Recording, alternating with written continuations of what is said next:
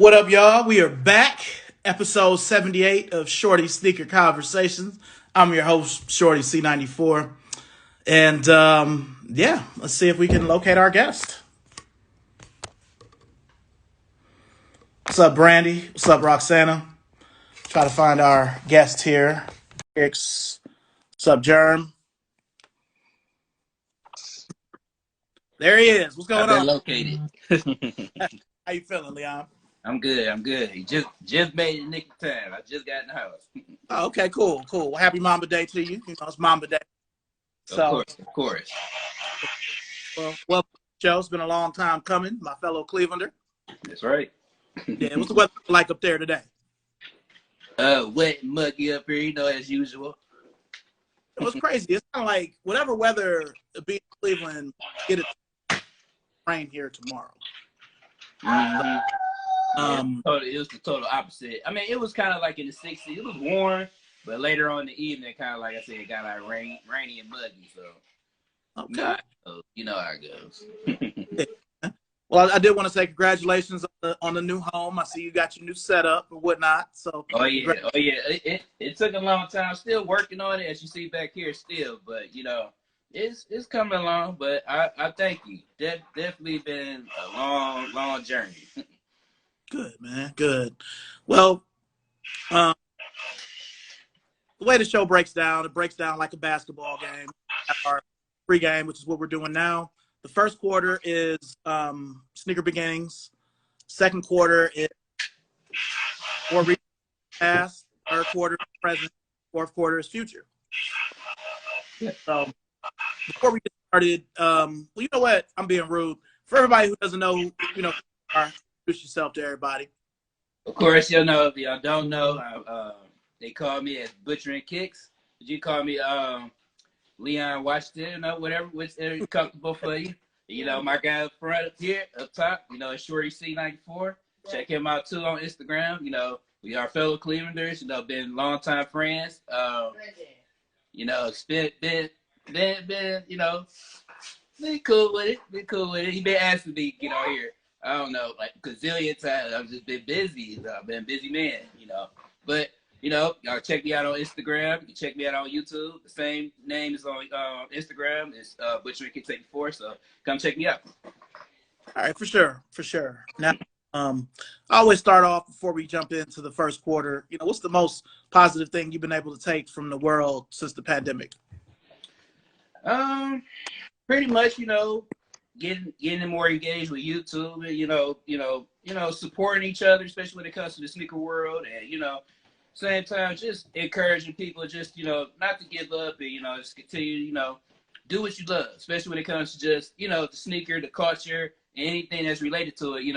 That's the main focus, especially when it comes to this world the way it is, especially with this pandemic. So. Me working in the supermarket, it's kind of, you see a lot of stuff going on, but, try to encourage people because, a lot of people is going through a lot of stuff, but, you got to just, lean a shoulder to somebody to help them out, day by day. Cause, a lot of people don't know what people are going through every day. So you got to help them out. Right. Okay. Just a side question.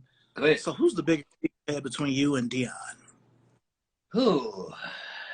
I don't know, because Dion is silencer, man. It's like I come out more, because, I'm more outspoken when it comes to, sneakers and stuff. But at the same time, I think I'm a little bit more of the edge than he is because, I don't know. I have a little bit more driven than he. I mean, I'm more versatile, but at the same time, it's cool, whatever. It's cool. I mean, I think I'm probably more versatile, especially when it comes to sneakers, but he a sleeper. I'm not gonna say he better than me, but he a sleeper. Okay. You know what y'all should do, and I'll even be the host. Y'all should have a sneaker battle.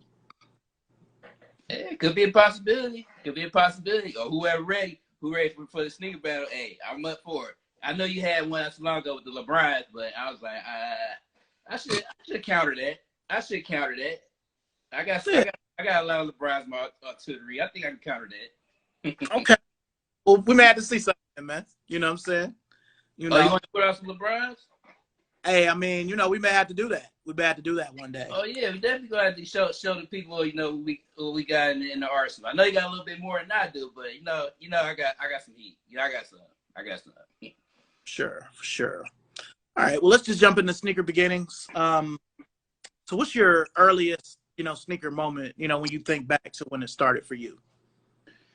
My earliest moment is pretty much, like I said, when I was in like junior high school, you saw a lot of our colleagues, especially, being like in the fourth, fifth, and sixth grade, saw a lot of these guys, pretty much was wearing all these, these cool shoes like Jordans, Grant Hills, you had Jason Kidd, or there's a whole bunch of sneakers like Scottie Pippen. A lot of shoes, that's coming up now on the surface, and it got Charles Barkley as well. All these shoes may be like, I gotta have a pair, or like try to get a pair, but at the time my parents couldn't afford that type of stuff, so we had to take what we, pretty much what you can get for the school year. And then once I got my first job, it just took over after that. So that's probably my early beginnings when it came to that. All right. Now, as a bus and rapid rider for a lot of my teenage and early adult life, definitely remember you. Definitely remember you being at the tower. I know, I can't remember. I know one of y'all worked at Champs, and I know one of y'all worked at like one of the food spots. I never could tell y'all apart. I knew it was y'all. Well, of course, Dion worked at Champs at the moment. A little bit after you had left, whatever, from Champs, and then we both were still versatile working at Arby's as well. But yeah, I mean that's all we knew. Like, we had our connections with, especially with different, friends that we had there, which is still currently today. It's still friends, and we just had connections when it came to different types of, sneaker releases and stuff. We had that, that pool like we did. But nowadays, you gotta get everything online. And it kind of sucks because, I did a video about that, especially, how I became a sneakerhead. And that was, one of the key points that came along when it came to working in Tower City. Yeah. That's one thing I feel bad for with the younger heads that are, trying to be in this life that we've all chosen. I think we was more chosen than anything, especially with living in Cleveland and, we just been working at Tower City. We just had no choice but to get rap into that. Yeah. What I was gonna say is, now you can't really make relationships with people like you used to back in the day, where it's not like I'm looking for you to hold stuff for me, but you'll mess with me because I'm shopping with you. You don't really have that. Everything is digital now. So that's kind of the thing I hate the most for the youth, that they don't know the importance of making relationships, because it can start something small like sneakers. But, making relationships get you to anything. It's gotten me jobs. Yep. What I'm saying? Things. So, that's something that I feel like it's kind of been taken. Yeah, I totally agree, because like I said, on one of my videos I did, it's like, it's all about network, especially just having a special bond, or even just, going to a sneaker release, and after the sneaker release, we go grab some lunch or grab a dinner. Like, you don't see that nowadays anymore. You just pretty much like, you go see the release, you talk about it, and then you move on to the next release. And like, it's no foundation, like no, like, how can I say this? Like, pretty much you saying like, just you can't find like the nourishment that can get out by the releases of these shoes, and it's not always about the shoe. And that's what's most important, especially when it comes to the actual game. So I totally agree. The game is pretty much lost when it comes to that. Just waking up in the morning to be able to go have the excitement to cop the shoe. That's over and done with right now. Yeah. So what was that first sneaker that just kind of started it for you? What was that first one? These right here.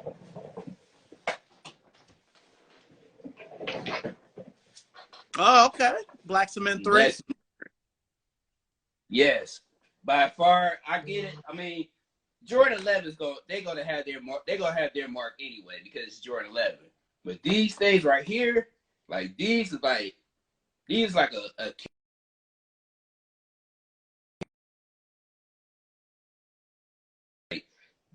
as a sneakerhead, you gotta have this in your collection. By far, you gotta have this in your collection.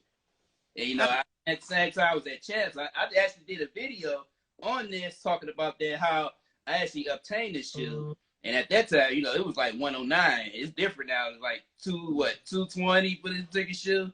Yeah.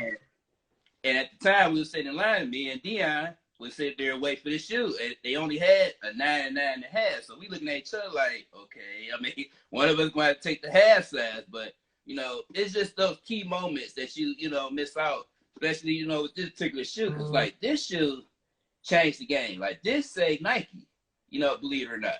So this is more a monumental thing than just the sneaker itself. So this started it all. Yeah, those were special. I remember that day. I remember they came out July 14th, 2001. Right. I still got my shoe. I still have it. Yeah, mine are too. They're in pieces. The midsole is still together. The pull tab on the back, it's all cracked off. Yeah, one of mine is too as well. So yeah, because that was, you know, that was back when they used to do retros and sets where, you know, the black cement, then they did the mocha, then they did the screw, and then that was set. So kind of miss those days. But I know you were at Tower City quite a bit. I remember seeing you down there quite a bit before we knew each other. But did you ever go to Randall? Of course. That's no question. No question. That was my area, our parks. That definitely had to go there. Between TNT, you know, City Blue, you had Next in there in the mall. A lot of the other stores. What was the other store? It was called, it was outside the mall. And New Flavor. It was New Flavor. And it was another place too where you get all the exclusive Timberlands from. It wasn't like the one in Tower City, but it was like a low key store. I think it was I forgot the freaking name of that, but it's been so long ago that, because I used to get a lot of like exclusive Timberlands out of there that they would have like at the one in Tower City, like the one upstairs on the second floor. Garland. Yeah. That one we used to get all the exclusive Timberlands, but it'll come to me with that store again, the name of it, because like I said, that store, that mall was very, very good. Very, very good. We never recovered, Cleveland sneakerheads, we never recovered from losing Randall Park Mall. No. We never recovered from that because there's nothing really that ever took the place of it. I mean, you know, and to me, the thing I dislike, because, you know, even though I'm in North Carolina and I'm always going to be Cleveland, I hate how everything is monopolized, because it's kind of like if you want an SB, you got to go to West Side Skate. If you want a Tier Zero, you got to go to Next/Exhibition. You know, before we had choices, you know, you had TNT, you had VIP Sports, you had Imperial Sports, you know, Attic, you know, you still had mom and pops. So, you know, that's another thing that I kind of feel bad for the young heads, especially in Cleveland, because we never recovered from losing Randall, and it's been gone since. And then too, Family Sportswear. That's a great store. Great store. That was probably the best mom and pop we had in Cleveland. Mm-hmm. No question. So we'll definitely get into that in a little bit here. So, all right, the Black Cement 3, 2001, that's kind of like what started it. So what was that next year where you like, all right, I'm in this. I'm in it. The one that actually got me into it? Like beyond the Black Cement 3, where it's like that next year where you like, it's like cemented, like, all right, this is it. This is, you know. Well, I mean, that just started all. Where, I mean, I had a lot of, like, you know, at the time we had a lot of Griffies. Griffies was popular. So I had the I think the Griffey 3s. I had the blackest metallic silvers. Those was probably my second go-to. No, take that back. The Cool Grant Levis. Okay. That's what started. Yeah, because that's the same year as when it started, when these came out. Black Cement was, Cool Grant Levis. Those came out March 3rd, 2001. Yep. Never forget that, man. I knew so many people at Randall. Like, I didn't know them yet, but we were all there together. Like, I'll never forget how Randall was that day, man. I mean, it was a sneaker riot. I saw a dude jump from the second floor to the first floor. He definitely broke one of his legs. He like slid up the gate into the foot action. It was one of the first L's I ever took in that era, because I had the money. I was there time to get the shoe, and I couldn't get the shoe. I was lucky. Like I said, I knew people in the mall. and me and Dion got them. They put it to the side for us, and we got them discounted. I think we got them for like $93 because it was like $135 with tax with everything. Yeah. And, beautiful shoe. I don't care. I mean, a lot of people like Concourse or the playoff 11s, but that when that Cool Gray came out, that changed the game. That changed the game when the 11s came out. Yeah, and I'm glad you bring up the Cool Gray only because a lot of people either weren't to it, weren't alive, or just don't remember. But when Concord came out in 2000, it sat. Mm-hmm. I was working at Randall at the time, and what was frustrating was I did the same thing where I made relationships around the mall, but like nobody could help me with those Cool Grays. Crazy because I got everything shit early from City Blue, and even they were like, they got them late. That was the first time, so I ended up getting them after, but I really wanted them that day because I wanted to stunt on everybody at my job. I was a waiter at Ruby Blues. You gonna get these Jordans too? Because I had just got the 16s, and I was like, that's what's funny too, Chris. That I actually skipped over those 16s. You remember the Champs? They had a midnight release, and I was like, no, I'm gonna pass because I'm waiting on them Cool Gray 11s. I had that my mind made up for them 11. I'm like, forget them 16s. But, I mean, that shoe is just beautiful. When I first saw that, man, I was like, that's just a beautiful Jordan, man. Beautiful Jordan. Well, I'm gonna tell you what pushed me with the 16. For one, I was always, especially in those days, since it was the new Jordan, even though they had introduced retro by then, I was like, man, I still got to get it. Once I saw the video with Mos Def, with like all of them playing basketball and Jordan was at the end of it, I was like, you know what I'm saying? He told you. When he says, I was like, I got to get him now, I mean, don't get me wrong, it was a great commercial, and that's what at our era we had great, like a persuasion of us getting the shoe is by great Nike commercials. It's just nowadays. You may see maybe one or two, maybe like every 2 or 3 years, but we used to see them all the time. Like even a release come out, you get in a commercial, and it's gonna be a good commercial. Yeah. And, I was surprised that Jordan even do the commercial with the Cool Gray 11s because that would just be the cherry on top. That would have did it. But I just saw them on East Bay. Yes, when we had the magazines, and they saw them in. I was like, "No, these I'm getting. That's just automatic." I had to have them. So I had to wait a little bit. I ended up getting them, and I still have that pair from 01, but I had to wait a little bit for them. So, City Blue was always like my fallback if I couldn't get anything from Foot Locker or Foot Action or whatever. Mm-hmm. But yeah, okay. So as we close, the first quarter, the sneak beginnings. You already kind of stated, because what was like, I've already kind of asked the question in a different way, but what was that first shoe you like killed with when you was a schoolhouse or whatnot? What just killed everybody with it? Yeah, because that's a special moment for us all. That one time, right. Like, yeah, I killed you niggas, man. Can't wait for Monday to kill these niggas with this outfit. You know what I mean? So I think you know what? My Air Force 2s. I had an Air Force 2s. What is the red, white, blue ones? All right. Yeah, I had to kill them with some of those deals because everybody saw those. Like if you watch, Cameron, old boy video, he had them all, and everybody wanted that shoe, man. I was like, where you get these shoes at? So one day I was working and I walked into Foot Locker. We used to walk through the mall and see, they had the on the releases on the shelf. And I saw that shoe. I was like, I need these. I was like, I had to have these. I regret it because I wish I would have got 2 pairs. Yeah. I wish I would have got 2 pairs. I wore that shoe down to the ground. I still got it, but that's the shoe I had. Like I had to stun on somebody with those.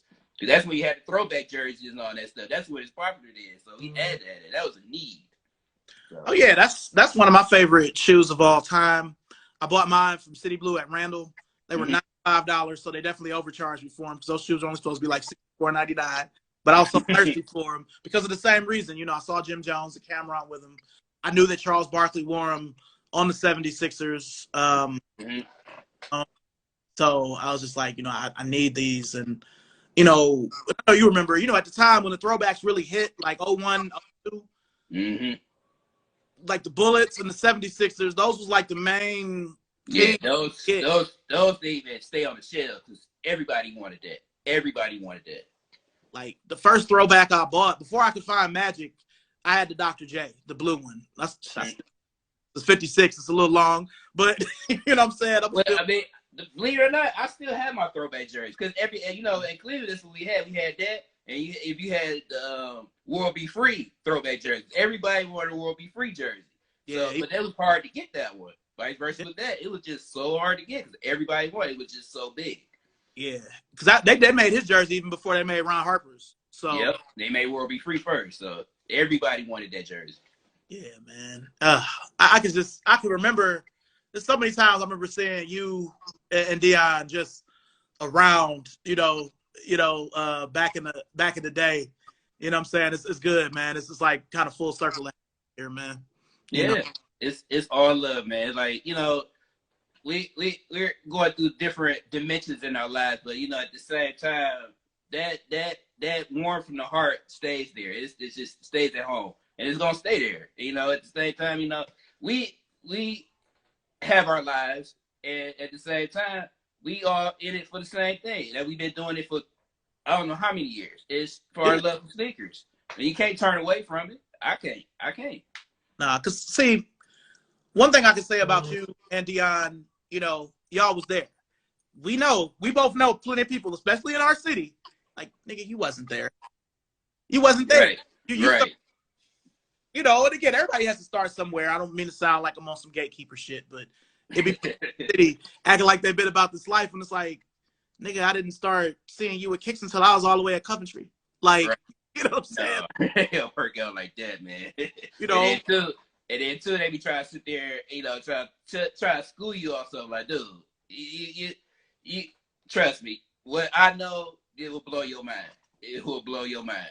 I tell one nigga like, man, I forgot more about sneakers than you know, man. Fuck right. out. Right. But yes, it's all good. So let's jump into the second quarter, which is more recent sneaker pass, kind of like the late 2000s up to maybe a couple years ago, 2015 or so. Mm-hmm. So was Arby's your first job? No, actually, my first job was pretty much at Hometown Buffet. That was my first job. Hometown Buffet. Yep. Okay. By Southgate, that was my first job at Hometown Buffet. Man. Terrible job, but it was my first time. Hey, I remember I was in there one time with a girl, and I saw a nigga, like, he had a bag, and he stole, like, all the chicken wings off the thing. I saw this nigga run, and he jumped on the 90. It was like he had it all planned out. The 90, right? The 90. You know what? I can't be mad at him because them wings used to be good. I can't be mad at him. He's smack. Yeah, I wouldn't be mad at him. He had it timed perfectly. Like, the bus came, like, it was like clockwork. You know what I'm saying? He like a movie. Like, I saw it all out the window. I was looking like. So yeah, but I had a lot of good times at that hometown. I wish. I mean, we got Golden Corral now, and I ain't gonna cap. Down here in the South, Golden Corral is actually good. You know what I'm saying? Like, it's actually good. But, oh man, yeah. Hometown Buffet. Yeah, that was my actual first job. My mom actually talked to this lady in the mall. I mean, in the place, and she was the manager. She was like, "Give my sons a job." I was like, "Okay." I'm like, "Do what you need to do, mom." So I'm like, "Okay, I'll go work there." But it was a cool run because I mean, actually, it started it too. Like, because we had TNT up there as well, and you had a CD Game Exchange, and you had all the nice little stores. CD Game Exchange. And that was like one of the best CD Game Exchange in the city. Was that one right there to be? That one and the one on Coventry. That was like one of the best CD Game Exchange. And TNT they had a good lineup, man, especially when it came to sneakers. Because at the time you had your Everex, and a lot of Air Maxes TNT had. They had plenty of those. Plenty. Yeah. Now see, I liked that TNT when it was kind of over by where Coconuts was. Mm-hmm.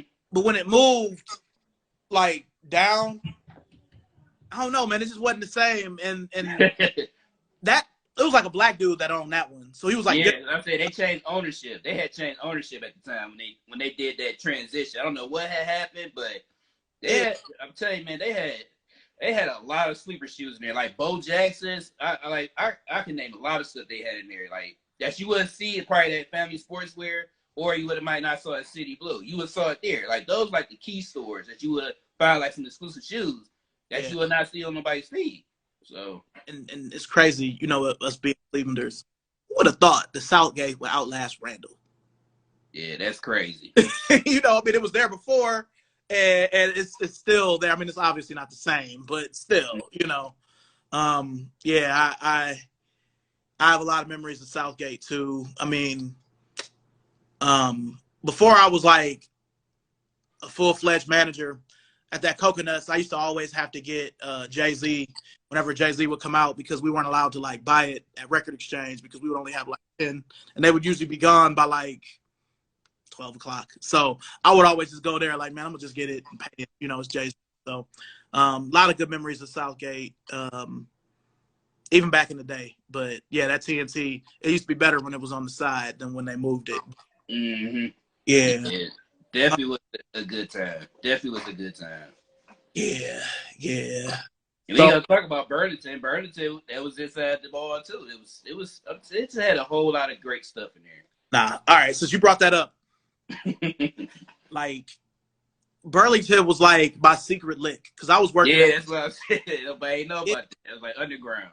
Like I worked at Kaufman's in Randall from '98 to 2000, and you know, I mean, I didn't really do any work there. You know what I'm saying? Like I was my last year I was a Nautica specialist, but all that meant for me was that because I could wear the Nautica clothes, I didn't have to wear a suit because we used to have to wear Kaufman's. So, really? Yeah. So the only job where I had to dress up all the time. You know. I hate just dressing up the way I did at hometown, just where the basic uniform. I'm like, I can't get with this. You 16? I'm like, I can't get with this. I'm like, because I started working at Kaufman's a little bit before graduation, and well, a little bit before, but yeah, it was. I had to wear a 3-piece suit every time I was, you know what I mean, no matter what I was working in. So I used to walk around the mall, and you know, being at Randall, yeah, you got me all kind of memories right now. I'm gonna need to say. It was great memories, man. Great memories, especially when it comes to, you know, just meeting new people, and the people were just, you know, it was more genuine. And like I said, when it came to sneaker releases and, you know, just be able to talk about sneakers, we just made it a whole day out of it. It wasn't even just for like first 2 or 3 hours after release. We made the whole day about it. Or we talking about it, you know, the whole weekend like you at school or at work. That's all we talked about. Like, yeah, we got them black cement threes, or we about to go make plans for, like, we're gonna wear it at the movies or, you know, anywhere. You know, it's just them days is pretty much over with, because people was like, okay, I'm gonna get the shoe, I'm gonna resell it, and then that's it, move on to the next shoe. That's pretty much it. But what I was gonna say, I got my DuPont racing coat from there. You know, still going to City Blue and paying $250. I got my shit for $100. Well, that's how I was too. When I got my Everex. I got my Everex from Burlington. Then going paying $500-$600 at City Blue. Y'all paying all that money for that shit, for that leather. This is say Everex on it. Yeah. Like I had one that I got from City Blue, but I got my wool Everex from Burlington, and it was like $120 or something like that. So, you know, having 2 Everexes at the time. Yeah, you was doing big stuff. We had that. Or you had a Rockaware one too with that. Oh. Yeah. Or a Pelly Pill. Oh, no, we ain't gonna get to that, man. Yeah, man. Like, and I still have it. I remember I got a Pelly leather from City Blue at Randall for $100. I don't know why it was there. I don't even think it was supposed to be on that rack. Slimmy Hardaway in the comments might have sold it to me. Probably. But it was like 2000 or 2000. Yeah, Zach. Hey, Slimmy Hardaway used to be at City Blue at Randall. But yeah, man.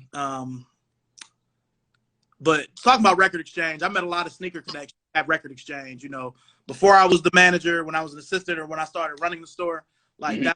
that was that was a lick. And I used to do ill shit there. Like, I ain't gonna lie. When the Air Challenge 2 came out in 2008, and this is like right before Randall closed, it was one of the many times I closed the store down early to get the shoes before the mall closed. So I'm like, man, I ain't missing these. Oh, You yeah, know, straight back door. that call. Back door. And, you know, when Zach was at Finish Line, Zach used to let me know about shit they would have. So shout out to him. Well, at the same time, Jerry at Family Sports World let me know because he would come in. Yeah. He would come inside Tower City, like, y'all want these? You want these Jordans coming out? They're supposed to be coming out this weekend. I'm like, all right, let me know. I'm like, I'll be over there. Y'all go over there and get like a sneak peek. I'm like, all right, I'll come back if I want to get them or not. Yeah, like I really, like, I had been, even back when I was like, my parents were still buying me shoes. We used to go to Family Sportswear because they had a bunch. If you remember, they had a bunch of mom and pop Nike accounts all through like East Fourth before they gentrified it. You know what I mean? Mm-hmm. Down there was two TNTs, and Family Sportswear. And this before City Blue was even down there. Right. So, yeah, I definitely. Oof.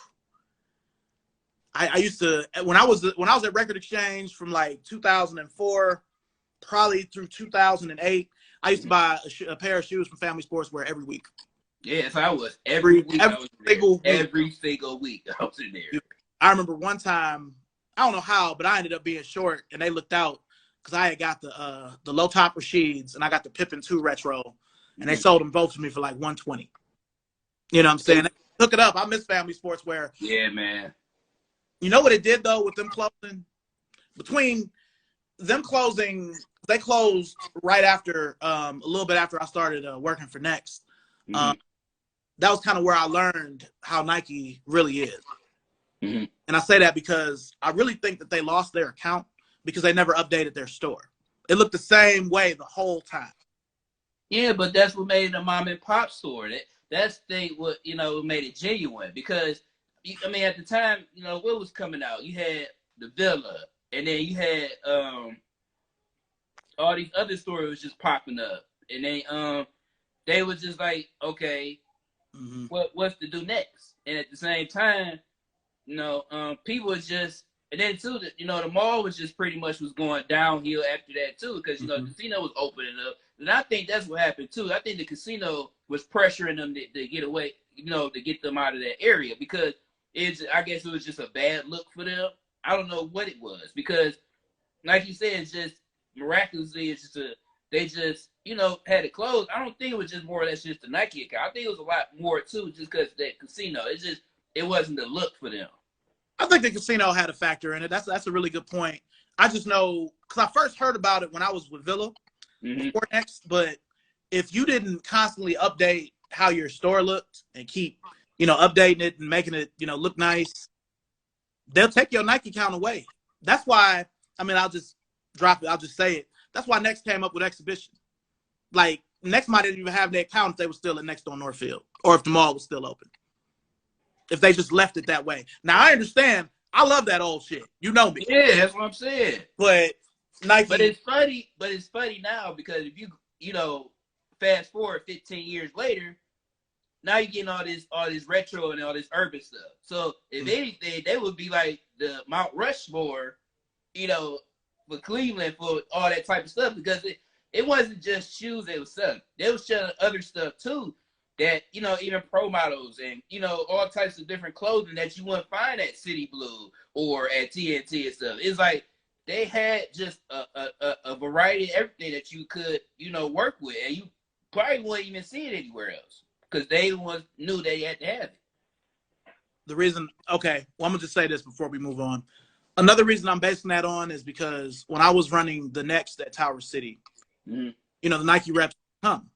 And the last time before I left and went to Coventry, they were really perplexed because we were part boutique, but we were still a sneaker store. And they were really, really astringent on how the store looked.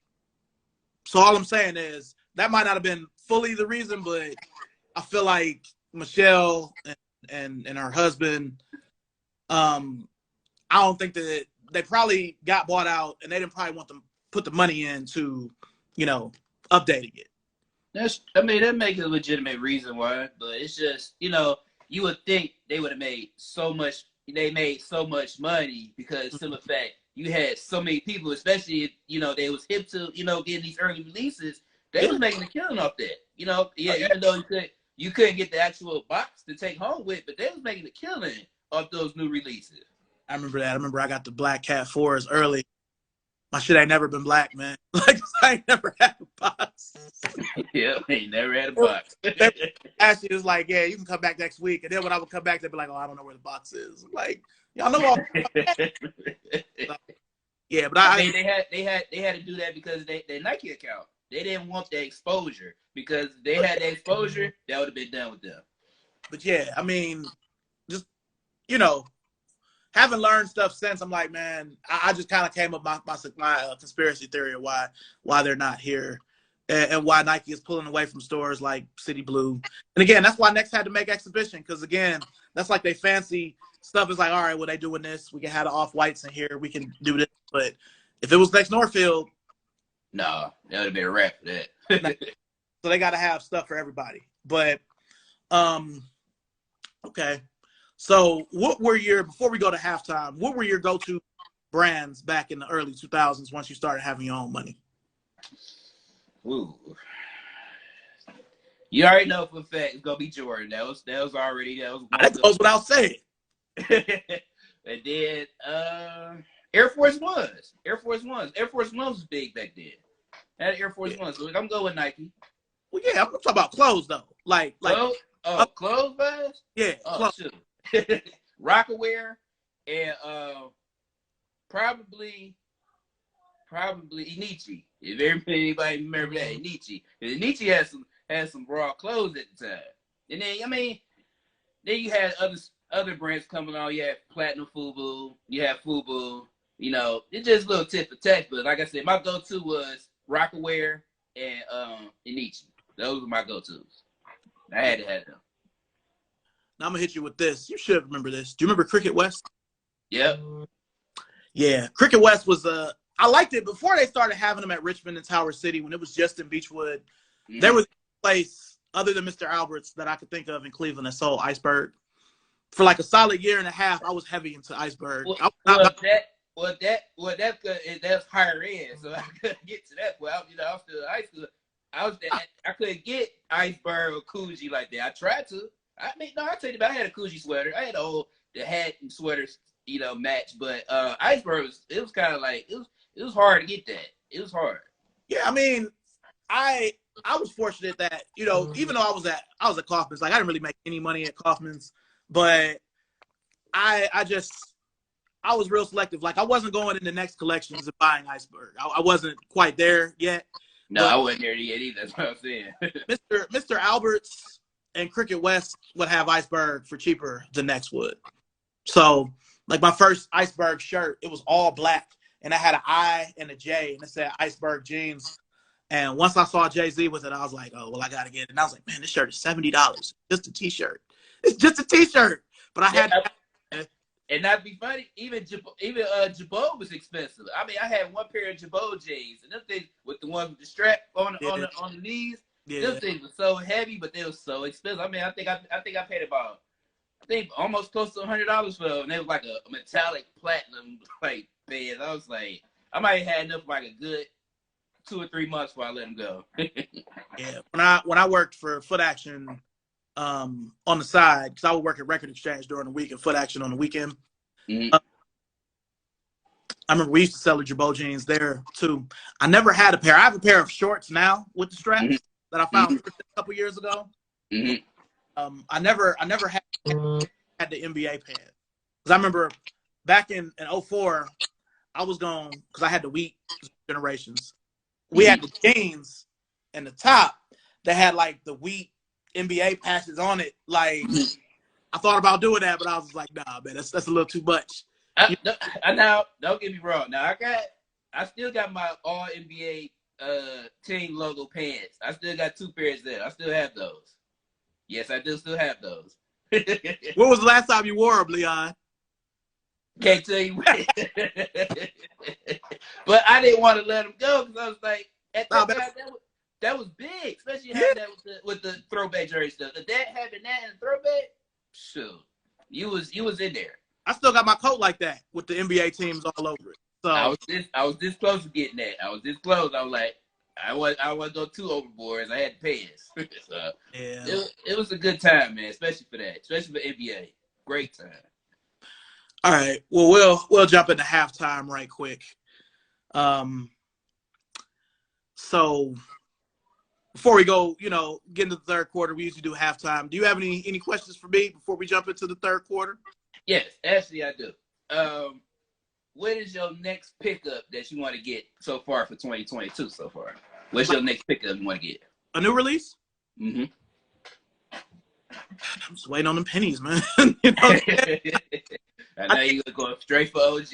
Yeah, and I never had the white pennies. Like I have the all black, all star ones. I have the black and white ones with the blue. I need that white pair, and I'm not even a big white shoe guy because Me either. I'm not actually either. So we on the same boat. The only thing I would mess with is all white. It's probably was Air Maxes. That's like not Air Maxes, Air Force Ones. Air Force Ones. Yeah, but that's really it. I'm curious to see because it's a social status, maybe 30 or 40 minutes from here. Mm-hmm. Curious to see how they do those social status pennies. But oh, my bad. Before any of that, my wife's pair is already here. I'm gonna be trying to get these on the 19th. Oh, those I like the BMW, the BWs, those. I actually got both pairs from Family Sportswear. I had the black and gray metallic pair, and I had the red. No, the red and white was I got from Champs. Those probably like the hardest Air Maxes. I don't care what Air Max you put to it. Those them like up there. I love those Air Maxes. Yeah, those are special to me because those are the first that black and purple pair. That's the first pair of Air Maxes I had in 5th grade. So I love those. Anytime they come out, like I felt real mature. I'm like, I'm not gonna get the pair from last year, but like the 3 releases prior, because it's certain. No matter how many times they come out, like no matter how many times the Black Infrared 6 comes out, I'm gonna buy it. Yeah, that's just a great shoe, and they're comfortable. They're great shoe. Yeah, that's the shoe that started it for me. So I wouldn't have all this stuff or be who I am with the sneakers if it wasn't for that Black Infrared 6. So, but yeah, that Air Max there, Penny are probably the 2 that come to mind. The Jason Kidd too, because I need a new pair of those.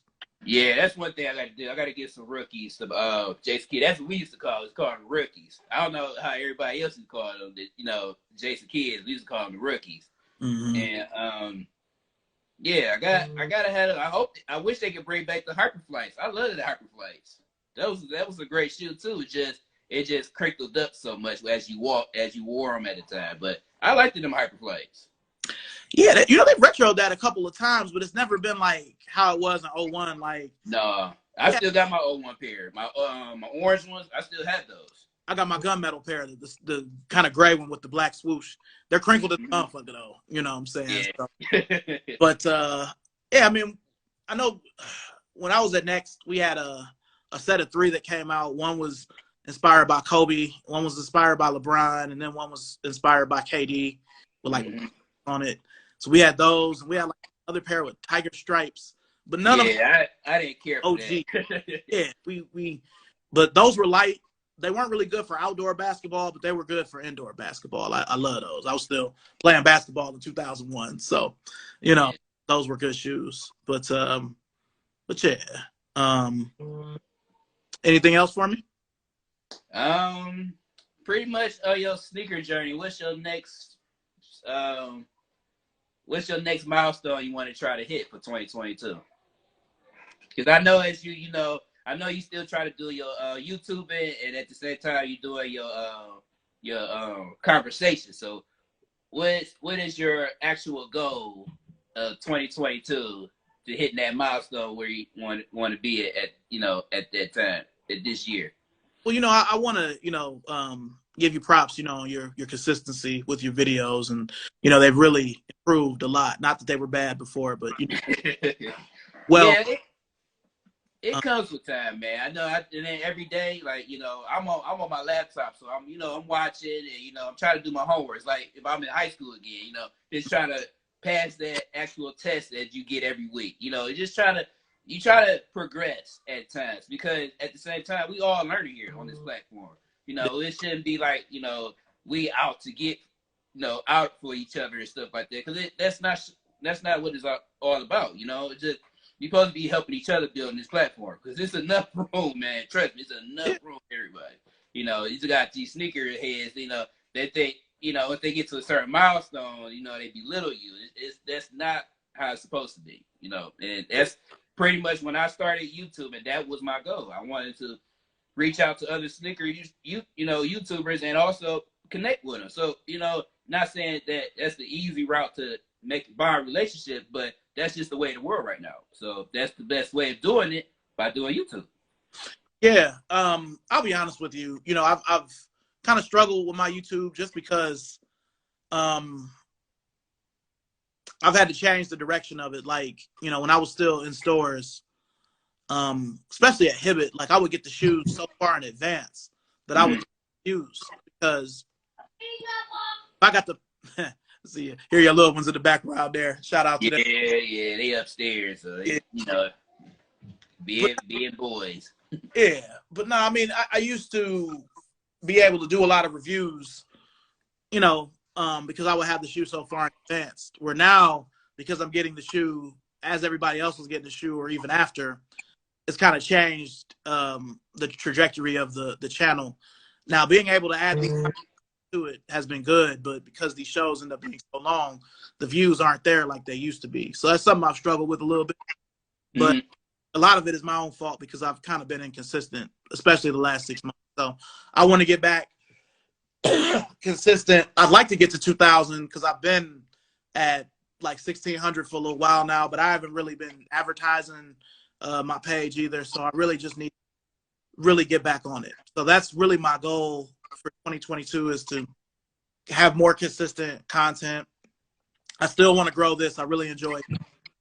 Well, this could be one question for you too. On top of that, for 2022, would you consider doing a live on YouTube as well as doing on here? Yeah, I've thought of that. You know, I thought about doing one on YouTube and even one on Facebook.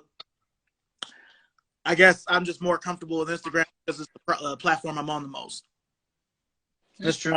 The most. So, but I've thought about doing lives on other platforms as well. So that may be coming soon.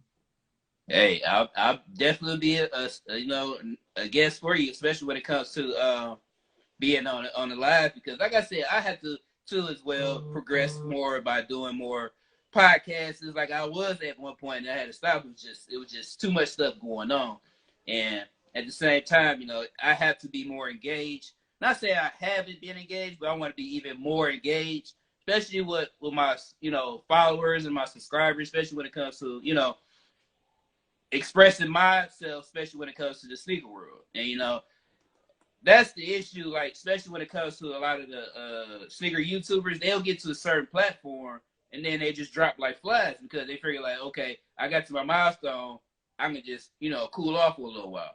And YouTube don't work like that. You have to be consistent. You know, that's the toughest thing that you can ever do, is just be consistent.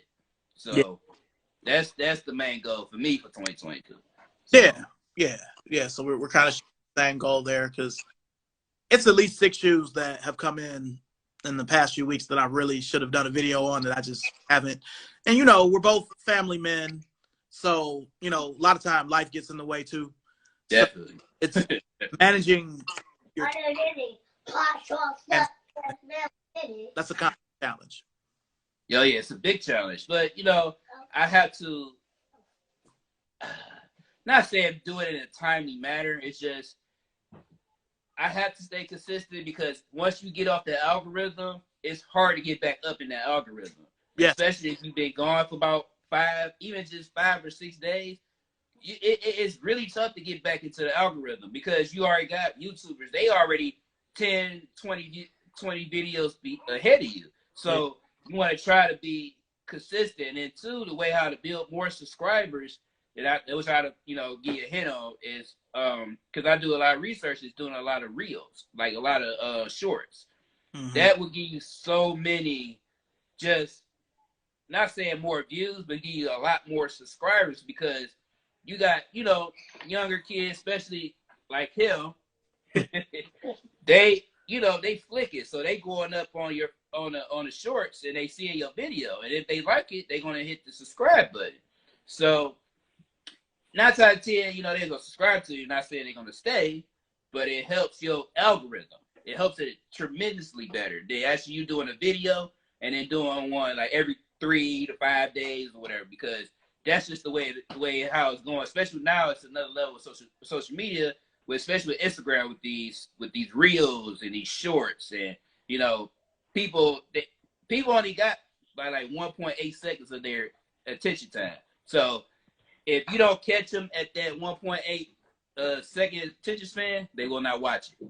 It gotta be that's your most important aspect of your video time is that 1.8 seconds. You gotta have them to where you can catch their eyes and be like, okay, yeah, I'm gonna click on your video, click, and then click on it, and they'll watch it, they'll engage. So that's just something I could throw at you, especially when it comes to that, because I myself, like I said, I'm still learning. So I just, I want to help the next person out because we learn together. We're not sitting up here like, okay, he knows more than I do, or he knows more than I do, because we all in the game. We got the same type of IQ, especially when it comes to sneakers. All we doing is trying to build up on the platform. We can grab each other's hands while we walking up on this ladder. So that's where I'm at when it comes to that. I got you. Okay. All right. Well, let me jump into the third quarter sneaker present, which is usually the most colorful part of the show. People talk about L's or why the game is different. So let me ask you, what's one thing about the game back, in the day we came from that you didn't like then, and what's one thing about this current game that you do like now? The thing that I liked about then is that pretty much, knowing that you be guaranteed to shoot, because especially the way how the game is today, especially how way online is, they can they can put numbers up or whatever, but you're not guaranteed to get that shoe, and that's the suck part about it. Because just saying, and at the same time, we didn't have resellers then. We didn't have bots. Vice versa, today we got these resellers and these bots, and not saying it's hurting the game, but I just think more of these sneaker companies is favoring them more because they know they're making more money off them. And for us small consumers that's trying to, get this shoe, is kind of tougher now than it is back then. Because like I said, you was guaranteed the shoe. Even if you maybe had to wait until that person come in, or like, oh, you had to wait till later in the day to get this shoe, you was guaranteed that shoe. Vice versa, today, you gotta sit on your phone and hopefully you got the best Wi-Fi on the planet to get this shoe. And that's the downside about it, because you'll be sitting here waiting for months for this shoe. And you sit here waiting until the day come and then you can't get it. That hurts. So that's what I can say different from then and then now. Okay. If you All right, I'll just use the pandemic as the benchmark, March of 2020. What's the hardest L that you've taken since then? Ooh. I've got several, but I'm curious to hear yours. Probably, shoot. The only one I can say is probably was the hardest L for me. Probably was those, because I actually was trying to go after those threes, those the wool kind. I forgot the name of those threes. No, take that back. The UNC sixes. That was probably my toughest L's. Was those UNC sixes, because I actually wanted those, and that was around my birthday. That's why actually I wanted those, and I took an L on those. And then I missed on a shock drop. That's what hurt it too, because I was at home when they was doing the shock drop. That's probably one of my hurtful ones.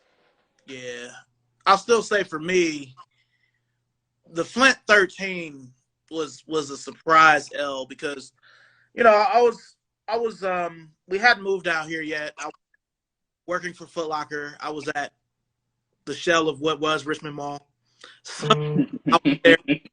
Um, we were closed longer than the lockdown because Richmond Mall was falling apart literally. So it wasn't for us to be in there until I guess the guy who owned the mall did some improvements. So we didn't open back up until July, a little bit before we moved down. So I didn't really do any footwork because they came out on May 30th, and I'm like, oh well, we'll be open by then. We'll just get them.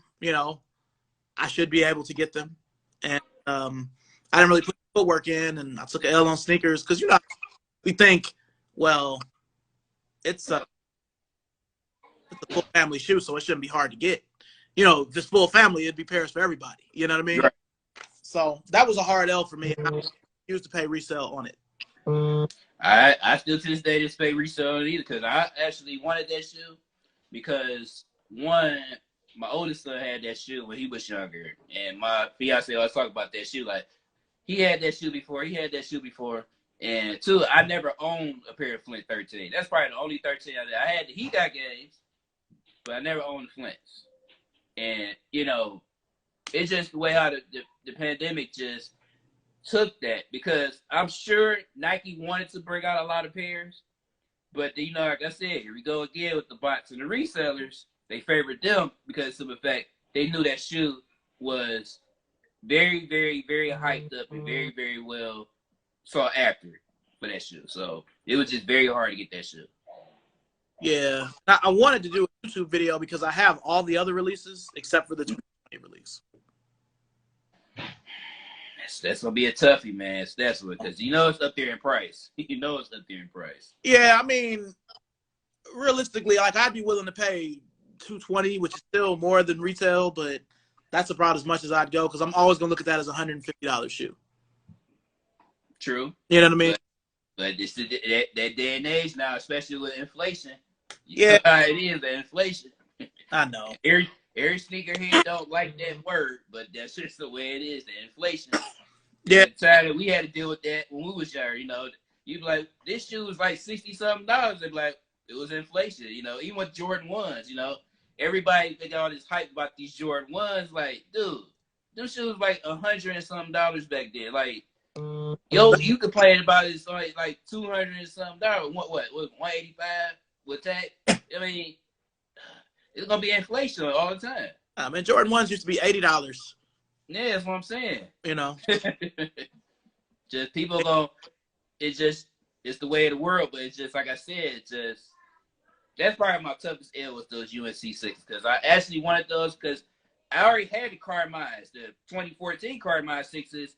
So I was like, let me get that to have that as a pair because I still want to get the 2020 Carmines. I mean the 2021 Carmines, but I struck out on those. But I was like, I don't want to pay resale. And I saw them up there on Avalon, which was a great store too to have, especially when it came to those shoes. I know you missed that store so much, but at the same time, I missed out on those, man. I missed out. Well, I'm glad you brought Avalon up because the years that I ran Next Coventry, I did spend quite a bit of time and money in Avalon. Chelsea, Melissa, Morgan, Matt, Mark, all of them, looked out for me at Decent. They would look out, either just letting me know something was there or, looking out on the price.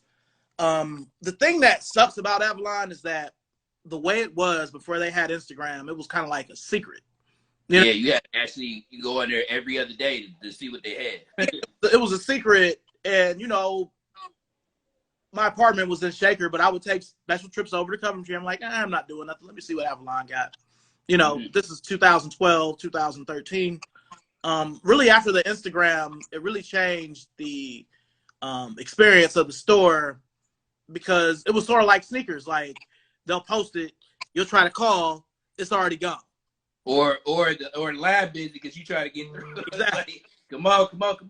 Like, yeah. You already know it's gone. So, I did have the best thing about Coventry was the freedom I had as opposed to me running the next to Tower City or even Northfield. was I could leave and I could be in Avalon and I could be there in 2 minutes and I could be in there for 30 or 40 minutes and we wouldn't have no customers at Coventry. And if we did, one of my associates would just call me like, hey, is somebody in here, wants a deal, come back or whatever. But I definitely miss it. But if I were still living, I've heard it's different than it was though, that it's not really the same. It is. It's a lot different because even somebody said up here, they said Avalon don't have much now because now resellers get it now. Yeah, because just like you said, somebody can see this particular shoe, Black Cement 3s. This actually came from Avalon. I'll show you the price. This came from Avalon. Wow, 85. Yeah. Now, you go in there, they put this particular shoe up there now, they ain't gonna be no $85. They gonna go and buy resale price. Or like you said, somebody gonna get it, or they gonna flip it. That's exactly what they gonna do. Mm-hmm. They ain't gonna actually wear that shit. Now, as I transitioned from Next, I worked for the sewer district for a year, and then I started running the Hibbett in Euclid.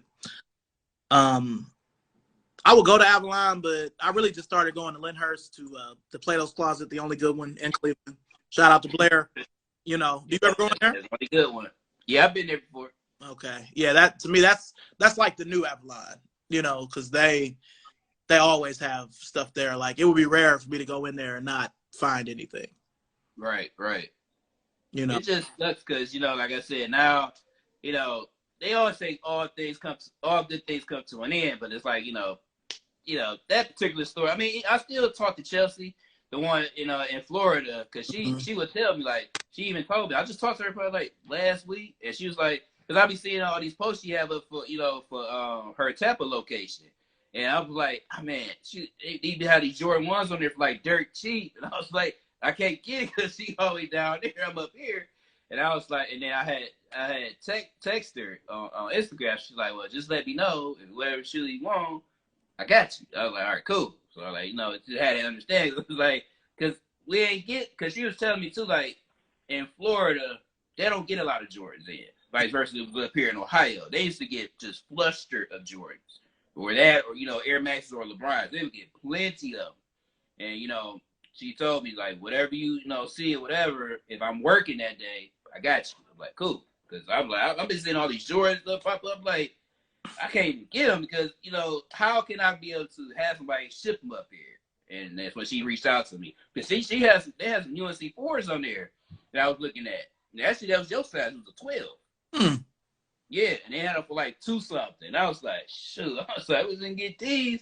And I had texted her, and she was like, well, I didn't know that you wanted those. I was like, dang. I was like, all right. She was like, well, if anything, if you see any shoes, just let me know if I'm working. I'm like, cool. But you got to understand. Yeah. We had that bond up here, especially up here. So yeah. I'm glad, to be able to get some type of hope somewhere. Because up here, the Coventry one, I don't think it's not going to be the same anymore. I think that's dead. Yeah. I think so. I won't love you. Oh, man. Yeah.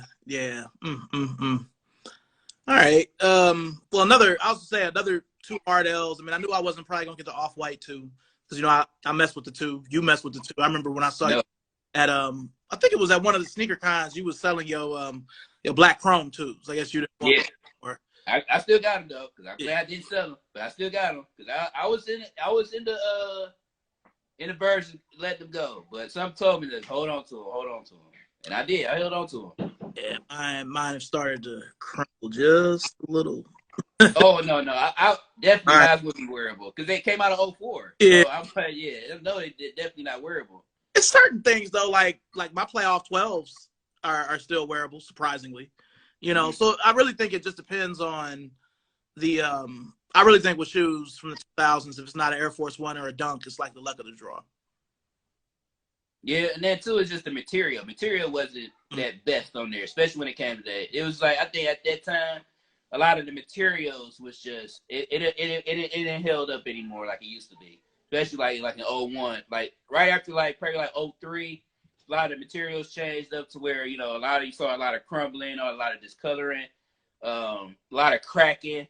All that stuff was coming along because it's an inflation. There's a lot of that stuff coming because of inflation. One shoe from 2003 that was made really well to the point where mine aren't even really yellowed yet are those Cobalt 11 IE lows. Like, really? Yeah, like mine are still, there's some yellowed, but Mhm. to be as old as they are, like they should be like piss yellow, orange kind of, but they still are fresh as old as they are. I mean, I wore the black ones way more, but still, Mhm. you know, for them to be what they are and when they're from, they're still kind of fresh. So I might try to break those out this summer if it's a day I'm not gonna have to walk that much. I think I still got my zest yellow Jordan 11 IEs. I still have those. Okay. Those and then the I'm sure you saw in one of my posts the black and red ones, not the reissue, the ones you just got, the ones you just posted, the ones I think probably like from 20, might have been 2011, Yeah, might have been. yeah, I still have that pair. I still have them. yeah. That's another one where I have every version of it. 2003 is probably my. I actually like the cement on it, even though I know that's not how they were. Mm-hmm. But the 11 pair is probably like if I'm gonna. I just wore that pair, but the 11 pair is probably the pair that.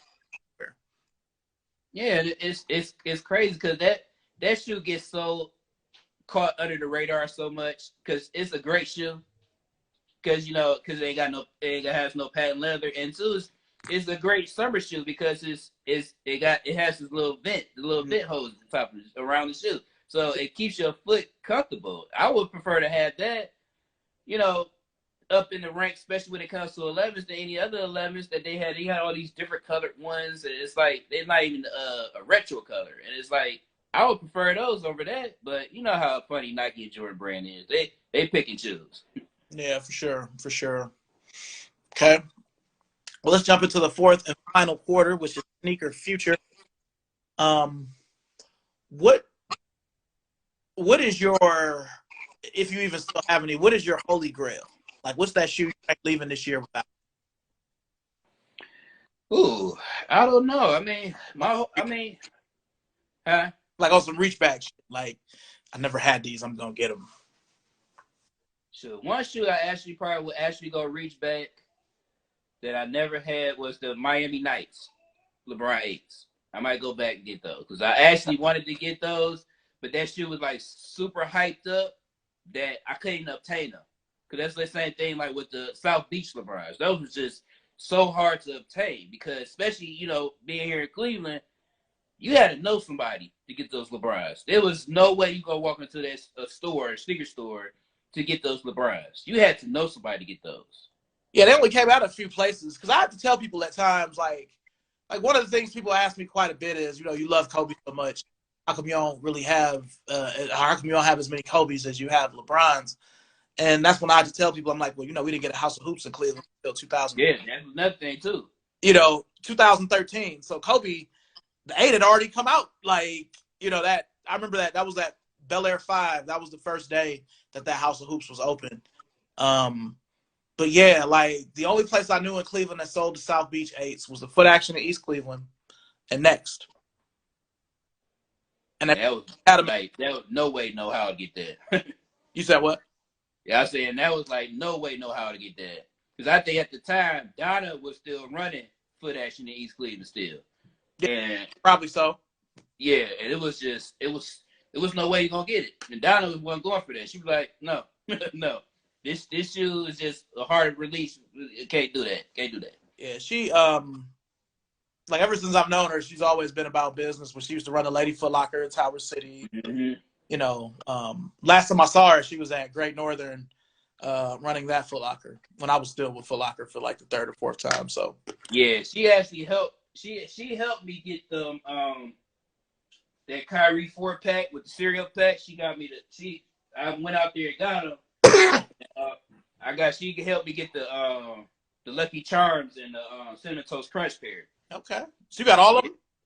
Now I ain't got the kicks. I didn't care for the kicks, but I got the Lucky Charms and Cinnamon Toast Crunch because she told me that my attention was getting the Lucky Charms first. I obtained that shit. Mm-hmm. Yeah, she was like, well, you got to go back in line so you can be able to get the other shit. I'm like, all right, cool. I'll go get the other shit. Because I already had my mind set up for both of those. So, yeah, that probably was my actually last release from her. That's the last time I saw her was at Great Northern. Now I'm going to tell you one shoe that I plan on trying to get her. It's actually a pack. I always wanted that Game 7 championship pack because...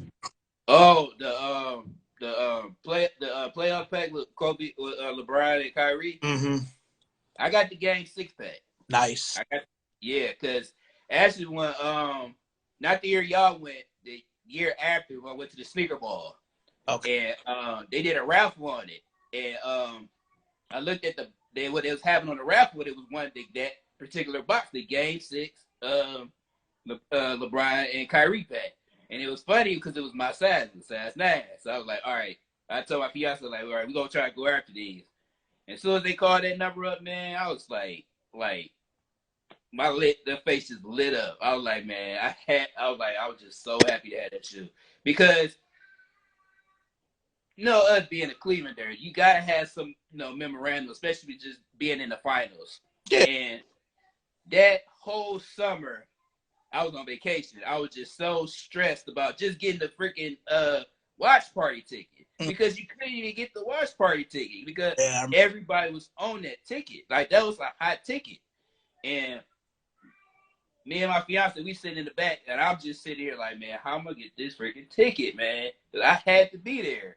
And she knew a friend of hers from school, whatever. They was selling the tickets. And I'm sitting here for like literally an hour. I'm sitting here like, because he was charging $20 for this ticket. At the time, it was like $5. I'm sitting here like a whole hour like, man, I'm playing tug of war with myself. Like, should I get this ticket or not?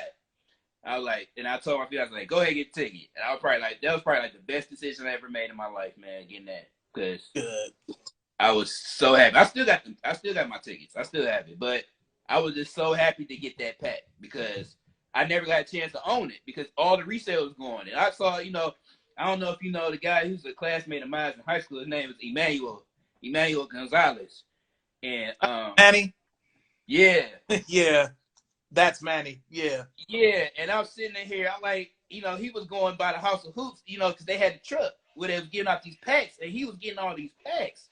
And I'm sitting here like, man, I don't know how you getting these packs. And I'm at work. I'm like, I'm trying to figure out how to get these packs.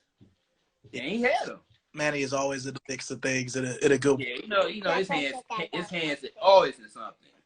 I remember it was one I saw before I left, when I was working at Foot Locker.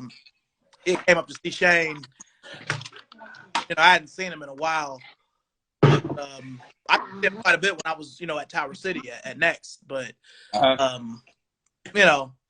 he's always, go to for a lot of people that I know. If they don't go through Omar, I hit up Manny.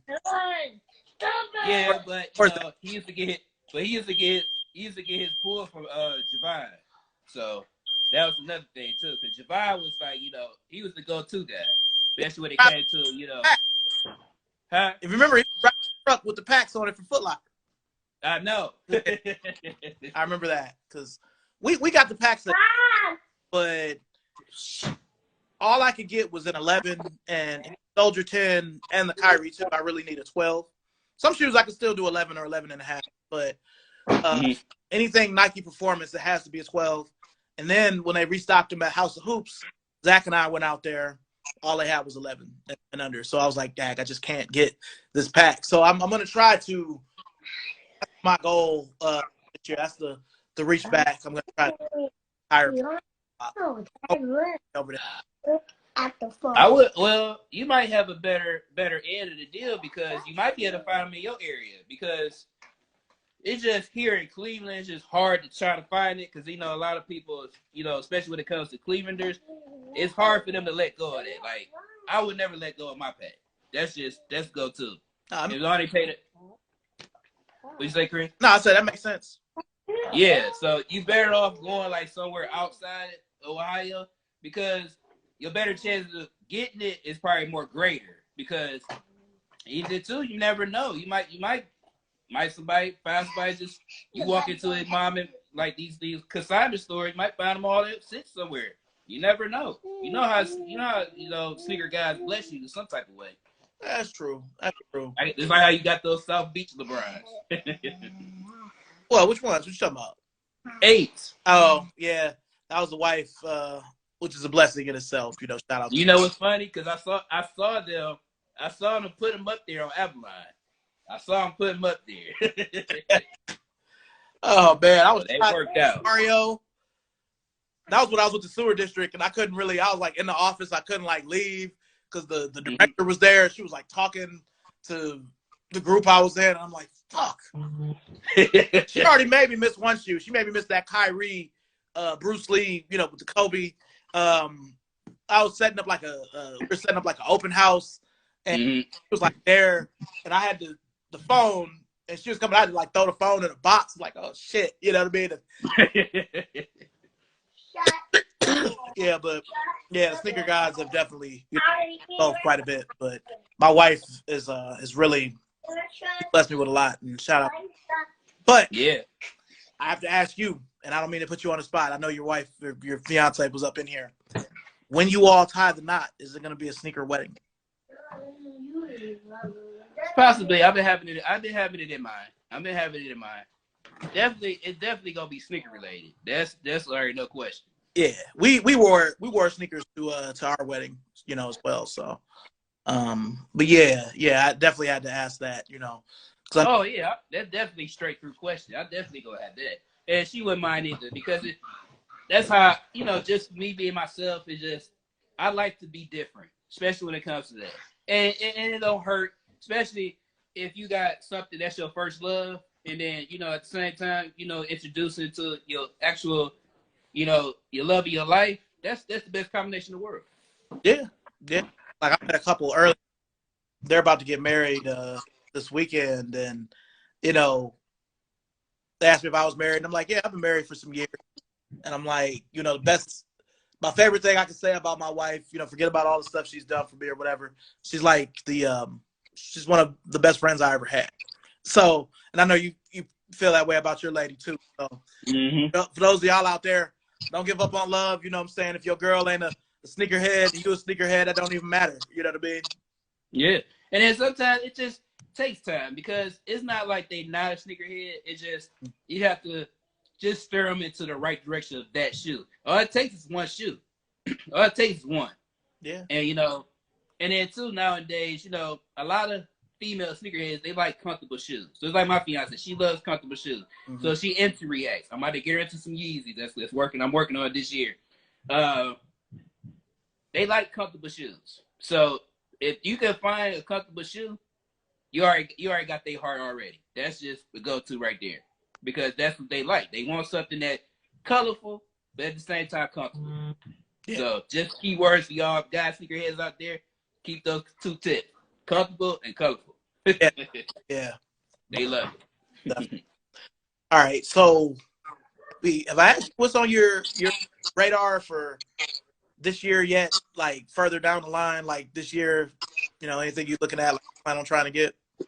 If anything, you know, I actually got a Dunk 85. I've been trying to put on the bid on GOAT right now. Those the black and acid wash red ones that look like the Freddy Krueger ones. Okay. I want to try to get them because, you know, like I said, a lot of the hype beasts, they kind of like disrespected that shoe because it's 85, because it's not a Jordan, you know, logo on it, but it's the same type of cut. And at the same time, you know, that was the era for Dunks and Jordan. So I was like, you know what, I'm gonna put in a bid for these particular shoes because, you know, it's OG.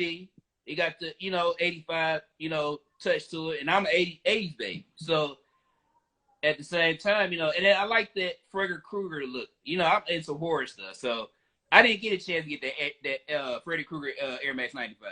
That's still hard to obtain right now. Yeah. So that's the next best thing. So I definitely would get that. That's going to be one of my go-tos right there. But other than that, nothing really right now as I saw so far is like really caught my radar. It's like hot right now. And because, you know, you got all these dunks coming out. So, I mean, that is not a really good go-to. Unless, you know what? No, them Air Max trainers, the honeydews. I might go after them. That might be on my go-to. Okay. That's on sneakers. Yeah, I'm gonna try to go after them. If and when you decide to get these done, I've heard from a few people that run a little bit smaller than like a regular dunk. So you may want. Yeah, they fit to snug. So I would get, because, you know, I'm normally a 9, so I would probably get like, I got to bid in for a 9.5. Hopefully it'll be okay with the 9.5. But I got it in my cart, so we're gonna see what's gonna work out there. If I can try to get it to a lower price than the 10, that would be perfect. All right, my dude Mount Rays said I need to know what's in that gray top right next to the storage box. Curious, respectfully. See how you got that gray box with the orange top? I think he's talking about that. Is that a KD? Well, oh, right here. Yeah. No, actually, that's a LeBron. That's a LeBron. Okay. Those are canaries. I had a canary LeBrons in there because I had got those from Avalon. Okay. Actually, on a tax-free day for $32. It's LeBron 10s, the canary ones. Yeah. I'm obsessed with that LeBron 10. So it's the last LeBron that I can say I went crazy over. Like I bought pretty much all of them. Don't have. I think I can give you respect for that. LeBron 10 they have some nice colorways. Yeah. They have some nice colorways. But now I think a lot of the most LeBrons I have is the 12s and the 15s. Okay. Yeah. The 15s are by far the most comfortable LeBrons I ever put in my foot, other than the 9s. I'm just saying. I don't know, Leon. They are comfortable. They are, man. Me, I'll give it to the 10. The 15 is right up there. Oh, somebody said show them. Hold on, Chris. They want to see the LeBron. Hold on, let me grab it. If they want to see, I got to show the people. Got to show the people. That's what they want. All right, they right here. Canary LeBron 10s. Yeah, I love them. They don't go with nothing, but I love them. They good. They feel like great. They go with everything. You just got to coordinate, like pop coordinate. Yeah, I had a polo shirt back in my polo phase that was like that yellow, but I don't even have it no more. I gave a lot of stuff when I moved, but yeah, I got to find something. I know there's a LeBron shirt probably I may have to go with them, but yeah, I'm all about coordination. But yeah, the 10 is the one I have the most of. The 12 is second. Then it would probably be the 11 because I've got 21 10s, I've got 16 12s, and I've got 13 11s. Yeah, I probably got maybe about 4 or 5 pairs of 11s. Only thing I didn't get, I wish I would have regret getting, was the Miami home LeBron 11s, the black and red ones. I wish I would have got those. Yeah. I wish I would have got those. Yeah. It's not so hard to obtain them right now. Yeah, they do go. I will say, though, if I was your size, if I was a 9, man, I would be going crazy. Man, I always find LeBrons for the low in your size. Wearing a 12. Well, you better let me know. You better let me know. Talk. We need, because I'm always Ari and Poshmark. It's always LeBrons on there for the low. After size 10.5, maybe sometimes 11. That's when it 11.5, 12, the same shoe would be $300 or $400 more, man. Yeah, because even like these, since we talking about 10s, a lot of these young heads don't even know nothing about these. They don't know about these courts. They don't know nothing about these. No, nothing about these. Help me out. Avalon. I had to get these bad boys. I haven't worn them yet, but I'm gonna figure out what I'm gonna do. But yeah, nobody don't know about these courts. These young heads don't know about these. Well, Leon, you got to coordinate. Come on. I tell you, man, I got the heat, man. I got it. Just being a sneakerhead is just so hard to try to, find a schedule to put these together. It's hard. Just find a fit for it and try to wear it and stuff.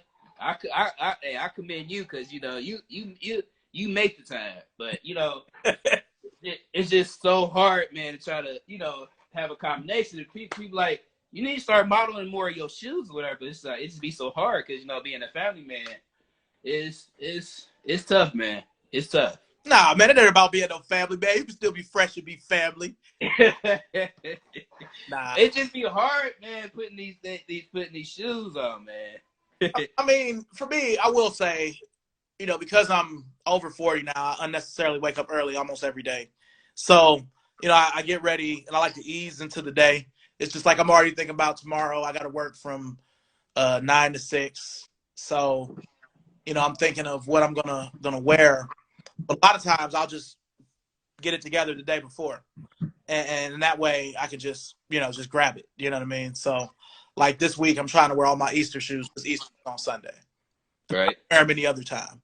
So, I'm trying to do more of that and be more festive. Kicks. Converse isn't really that thrilled because, I don't have no Easter Converse. All my Converse all my Nikes are Easter shoes. Yeah, I mean, only thing I probably got like Easter wise for, actual Easter was those Air Force Ones that came out. The Easter Air Force Ones that came out in the early 2000s. Mm-hmm. No, I'd say not early, late 2000s. When the next day Shaker Square was open, that's where I had got those from. Those Easter egg Air Force Ones. Yeah.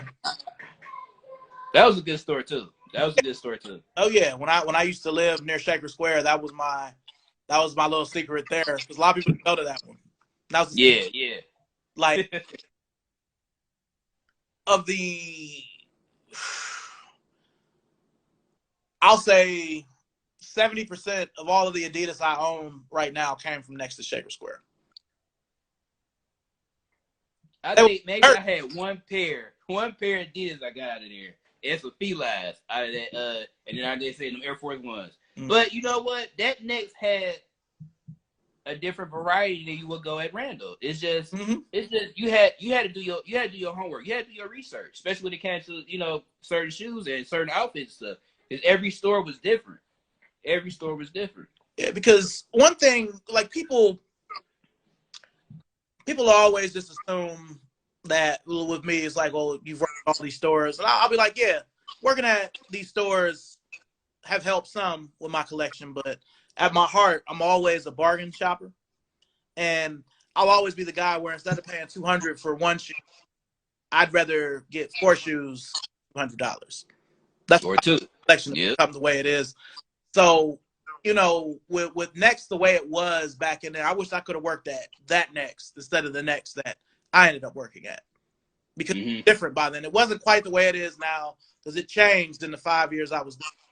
But I'm always going to be a bargain shopper, and I used to always be at that Shaker Square Next because I was a sales store. Mm-hmm. I a lot of unnecessary clothes and shoes came from that store.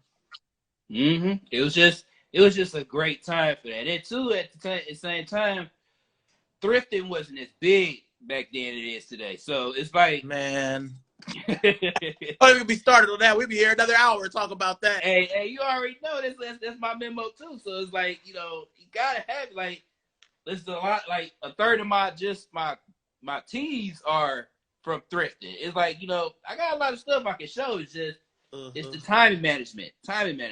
Bro, look at that gray top next to the plastic. What's that? I don't know what shoe he's. Gray top next to the plastic. Gray top. Thanks, Mile Reyes. I appreciate that. Yeah, I can't really tell. I don't know if it's. You talking about here at the bottom, possibly? I said next to the plastic. Right. He talked about it. I got the cool grays. Man, Deandra. Ooh. Yeah, the cool grays. Yeah, I'm not really, because you got like a glare. He said up. He said up. Up from the gray. I'm trying to pinpoint what he's saying. Up, and then now he just said left. All right, so it's on the left. So he talking about? Is he talking about here? Bro, yo, hold on, with the sleep 11. I don't. He talking about cool gray box. Nah, I don't think he's talking about that. You gotta be more descriptive. You lost me right there. Well, what? I guess my last question will be: what do you what direction do you see your collection going in the future, Leon? Pretty much, I'm gonna start slowing down because I'm running out of room, running out of space for these, containers. The top of the box. Containers. The top of the box. Oh, shoot. He talking about these Kyries.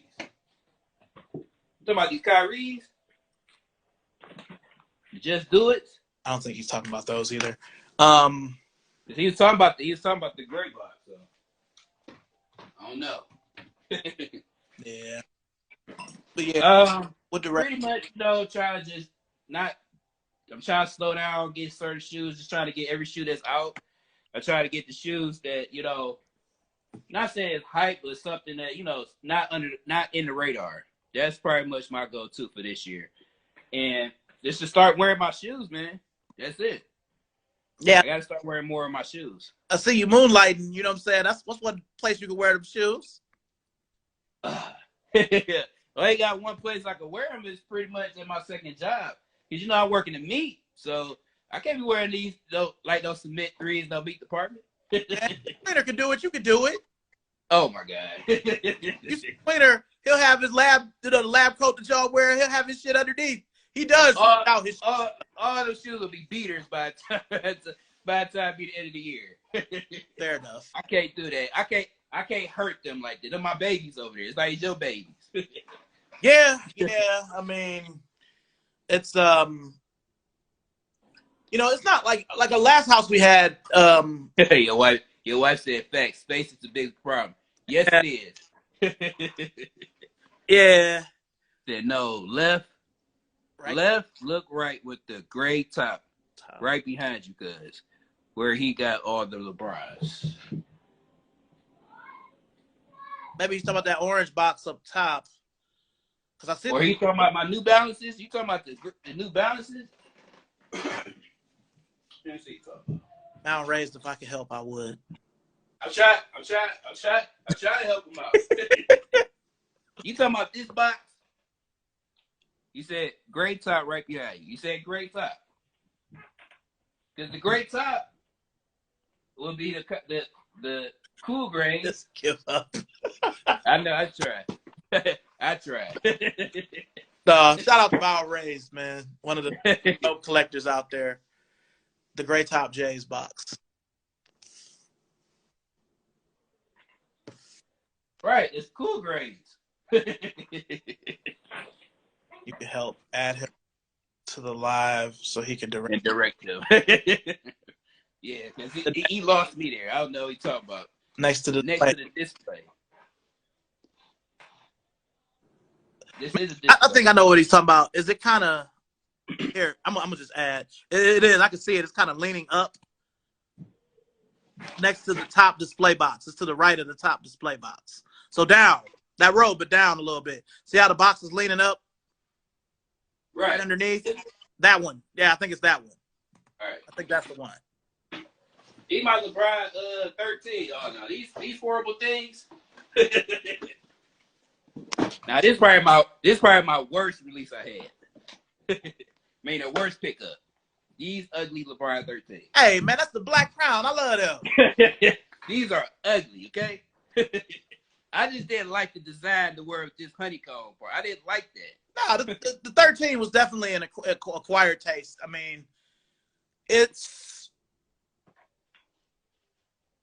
the last LeBron I could say I bought a lot of, like more than 5. Yeah, I probably only owns these and then the Friday the 13th ones.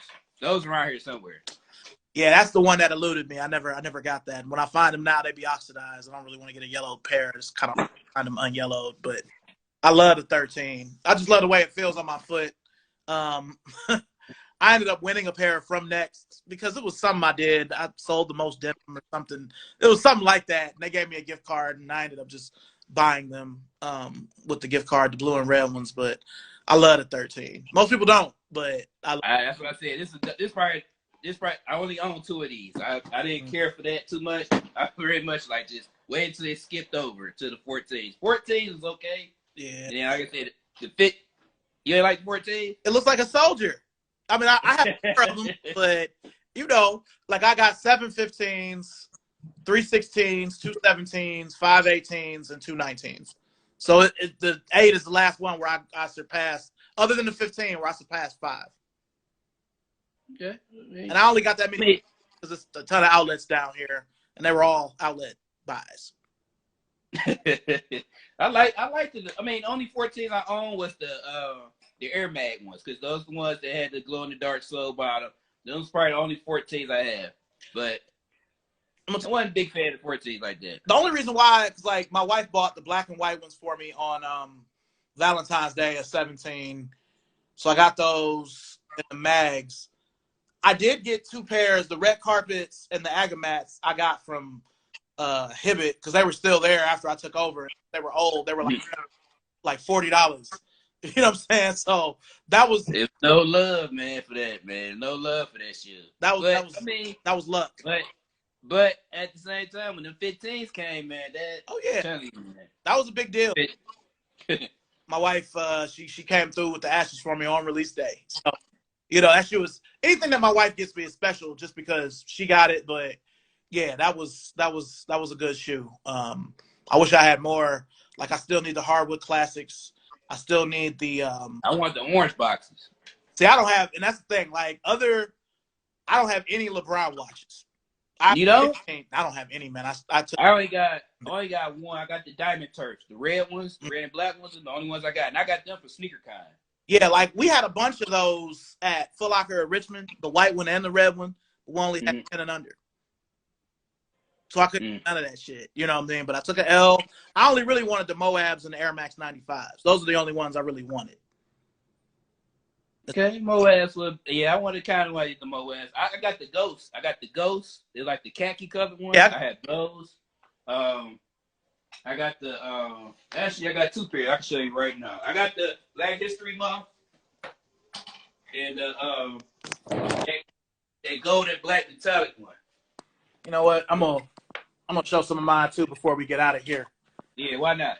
Okay. Like I got these. And then I got the Black History Months. Nice.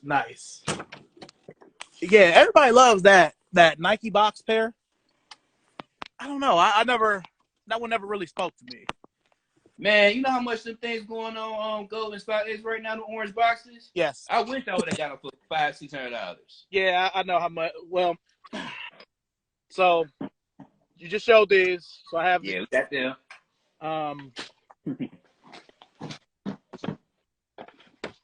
Have the Ghost. Yeah, I got the Ghost.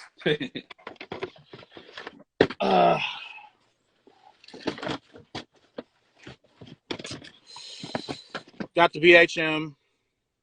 Yep, I just showed you those Black History Month. Got them. All right. You already showed the Ghost, so I have to show those. What's the thing I got? Oh yeah, and I said the diamond surfers, which are very tall. They don't fall down. No, he's not it. Take that back. I got the 4 Horsemen, the Black Fruit. I was almost going to get those because it was like the alternate pair of the Fruity Pebbles, which I'm sure you got. That's why I was going to try to get them. But LeBron 15 is a good shoe. Yeah, there you go. LeBron 15 is a great shoe, man. He said, "Get out of that room. You just got it together." I had to have the LeBron 15. LeBron 15, my son had the Ashes. Those was a good shoe too. Those were good shoes. He wanted another pair of those. I love LeBron 15s. Oh, the Kiss? Yeah, the Kiss 15s are nice too. My brother-in-law has the Kiss. I actually got them for him at SneakerCon. He told me like grab a rare LeBron. I was like, all right, I got you. They ended up getting the Kiss, the one with the black strap that goes around it. Yeah. Throughout the shoe. Yeah. Yeah, my wife just put it up there. She's like, my son loves them. They are so comfortable. They are, I'm telling you. You talking about these not the one of the best comfortable LeBron. These are comfortable, okay? I wore these at Cedar Point, actually the Ghost. I ain't had no issues with that shoe at all. None. Because, I mean, I got some 16s too. You got some 16s, Chris? Oh, I got every LeBron. 16? Yeah. Because I know I only got the What Does, the Super Brides, the both colorways of Super Brides, the Medicine Balls, when they were made like the yeah, like the Trader 3. Yeah, I got them. That's it. I didn't get many of the 16s. I didn't get many. Yeah, I only got 3. I mean, I got the I'm King, the Strive for Greatness, and the Medicine Ball. That's so technically that's a LeBron watch shoe, but that's the only LeBron watch I own. Yeah, I mean that was the only LeBron watch 16 I own because I got they did a shock drop on foot action. And I hit on those and I got them in the 10. So yeah, that's the only LeBron 15 I got. But I got plenty of LeBron 12s, plenty of LeBron 9s. And I even got the John Elliott's. I got the John Elliott LeBron 8s. When he did that with that translucent. Yeah, I got the white. Yeah, I got the pink colorway. I got those. Yeah, I'm a little distracted because I don't know if they're in the garage. I have another 15, the Atomic Teal, the cap color pair. And they're not. That was a good color too. Huh? Yeah, I said that was a good color too. Yeah, I just they're not here and they should. So maybe they're in the garage. He said show the JEs. What do you mean by that? Oh, the John Elliott's. Oh, John Elliott's. Oh, JEs. I guess. Well, I'm out here in the sneaker room. These John Elliott's. I'll show mine too. Just give me a second to put these shoes back. All right, go ahead. I was cooking. Yeah, these are John Elliott's. You all know these are John Elliott's LeBron 8s. Like I said, they had that translucent sole right there, as y'all see there. A lot of people, this is an underrated shoe. A lot of people, they didn't care for this shoe too much. They just pretty much just saw this shoe, saw the hypeness out of it, and just threw it away. That's pretty much what they did with it. Like, the material here is really good. Like, look at that leather. Look at that. That leather is great. A lot of people they underrated this shoe. They really did. Yeah. Yep. There you go. There you go. Yep. There you go. A lot of people underrated this shoe. I think I'm gonna go back and get the black pair. I'm gonna reach back and get the black pair.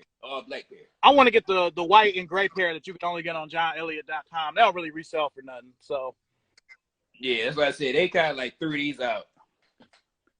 They had a yellow pair too, or gold pair. Kinda. Yeah, it was like a tan pair. Yeah, I know what you're talking about. Those wasn't too bad at all, actually. I just wanted to try to get that pair, but I was like, nah, I'm going to wait. Because, like you said, the resale was going that crazy on them. So I was like, you know what, I can wait for them. But you know what I mean? I can show y'all some LeBron. They got plenty of LeBron. Oh, well, you know, I can show a little bit of the, you know. We'll show out later off that. A lot of LeBrons in here, man. Those my 316s right there. They're out of order, but you know, got LeBron 6 going all the way back to the first LeBron. So you still got some Soldiers too? Soldier 1s, Soldier 2s, and I have a few Soldier 10s. I sold a lot of my Soldiers when we left Cleveland. I sold a lot of them to play those. Like I had some Soldier 7s, 8s, 9s. Couple of 10s that I didn't wear, and I had some 11s. Remember they had the 11s made like the Air Max 97. I had those wasn't bad. They were an 11 and they were just too small, so I had to like get rid of them. And then you know this closet here, none but J's in here, whole closet. So you know we'll have to discover that another time. You know what I'm saying? Let me turn this light off in here. I don't want to get these shoes too much light. You know what I'm saying? Right. That's a lot of work cooking for a holiday. I need to rest up. Yo, wife talking to my ass. Hey, over here chatting while we on our chat. Hey, it's good. Good, you know. It's good. Man. Oh, man. Well, man, it has been a pleasure having you on here today, Leon. You know, we got to definitely do this again. Probably have to do a check-in with you ever so often. Oh, yeah, most definitely. You know, like I said, I'm the same old Leon, same twin, you know, from Cleveland. I ain't changed much, man. Just a different city now. I'm not actually in Cleveland no more, but, you know, I'm still here. Where you at? I'm in Wickliffe now. That's still Cleveland. It's just far out Cleveland, man. No, I'm not in Cleveland. That's gone. County. Yeah, I'm not in Cuyahoga anymore. Nah, I ain't gonna lie. You know, before I go, I do need to say this. You know, our last house was in Euclid, but it was really kind of on the edge of Richmond Heights. Richmond Mm-hmm. Heights was like 400 feet away. So just being from our side of town and then living out there, it's sort of like you're in another city, but you're still at home at the same time. So I Mm-hmm. definitely feel you on that because I remember when I would go see my parents, I'd be like, God, man, the drive to Shaker is going to be 25 or 30 minutes.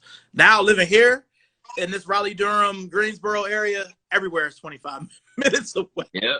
Well, I mean, you down south, so I mean, you gonna Yeah. it's different environment now. Yeah. So, Your wife's fit. yeah. Hey, I ain't gonna lie. Like, I can't speak for her, but running the Hibbett in Euclid for a year and a half, it made me hate Euclid. Like, we didn't do anything in Euclid. We didn't eat. Even at Chipotle, like, nah, we can go to one in Mayfield. Fuck Euclid. So that's how we. That's how we was. We the best with nothing about Euclid. So. I mean, Euclid was okay, man. I mean, we lived there for 12 years. I mean, only thing I can say that was good about Euclid, I mean, it was quieter than what it was, like I said, with our side of town, because I'm coming from, Harvard or, Lee Road off 131st. Mm-hmm. That was the big thing at the time. That was, just for the safety. But, every city had their own, areas where, you're going to be safe at. And that's when I first moved to Euclid, I'm like, why it's so quiet over here? Like, you so used to hearing loud music or, somebody walking up the street, they loud, they talking or they conversation, it was just a different environment, Your wife works for Euclid now? Yeah, my wife used to run the HR for Euclid schools for, I don't know, at least a year, maybe two. But yeah, that made her hate it. Hibbett made me hate it. It depends on where you're at in Euclid. Like, we were fortunate that we lived off of Beverly Hills and a street called Glenbrook. Our street was called Oak Hill. It was like tucked away, so it wasn't like up the hill in Euclid. Yeah, I know you're talking about because we was looking at a house over there, and it was some nice big houses over there. Don't get me wrong, it was beautiful big houses over there, but that was just wasn't our route to go because that was like more close to the Cleveland area. Mm-hmm. Because y'all pretty much if you go like a block of a mile, you by Green Road or but in that area. So that was pretty much getting bad. So yeah, I was like, nah, it's okay. Like, we'll stay where we was at. We stayed off of Babbitt. That's what we was at. We was off the Babbitt Road. Okay. So it wasn't too bad, but it was choppy areas, but wasn't too bad. It wasn't too bad. Some of the riff I used to see coming to Hibbett. Cause see, I'm gonna tell you what I was thinking. Right. I'm thinking that Superior, St. Clair, EC was gonna shop. But they have all that shit in EC at Euclid and Superior, so they didn't come there. It was just a lot of dudes from Euclid trying to be hard, trying to overcompensate because they was from Euclid and they weren't real hood dudes. And they were coming to Hibbett trying to be wild, you know what I mean? But, really until Hibbett, because we moved there in 16, I didn't start working for Hibbett until 18.